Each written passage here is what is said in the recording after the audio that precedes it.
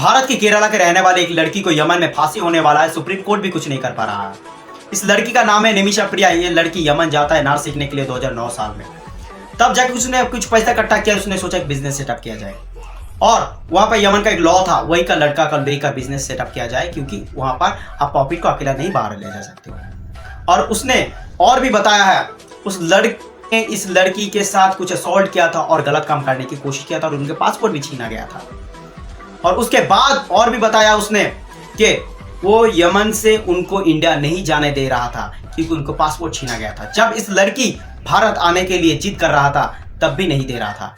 तब इस लड़की ने एक सोची और उसने उनको एक बेहोश होने की इंजेक्शन दे दी और वो अनफॉर्चुनेटली ओवरडोज हो गया और उनका मौत हो गया। और उसका मौत होने के बाद उसने बॉडी को छोटा छोटा पार्ट करके उसने वाटर टैंक में दे दिया उनको डिपोज करने के लिए।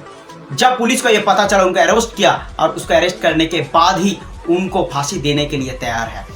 शरिया लॉ के नियम अनुसार एक लॉ है जिसका नाम है ब्लड मनी। यह ब्लड मनी एक ऐसा लॉ है जिसके अंदर आपको उनके फैमिली के साथ डील करके, पैसे से डील करके आप सेटअप कर सकते हैं और नहीं तो उनका फांसी होगा। लेकिन भारत की डिप्लोमा और भारत की सरकार भी कुछ नहीं कर पा रहा है क्योंकि यमन में भारत में कोई एम्बेसी ही नहीं है। यही एक मुस्लिम एक मुफ्ती ने काम किया है जिसको भारत की ग्रेट मुफ्ती ऑफ इंडिया कहा जाता है, जिसका नाम है शेख अहमद। इसने ही इसका फांसी को टाला है, नहीं तो अब तक फांसी हो जाता था। जिस भारत की सरकार के सुप्रीम कोर्ट इतना पावरफुल है लेकिन वो फिर भी कुछ काम नहीं कर पा रहा है यमन में, सिर्फ रिक्वेस्ट के अलावा।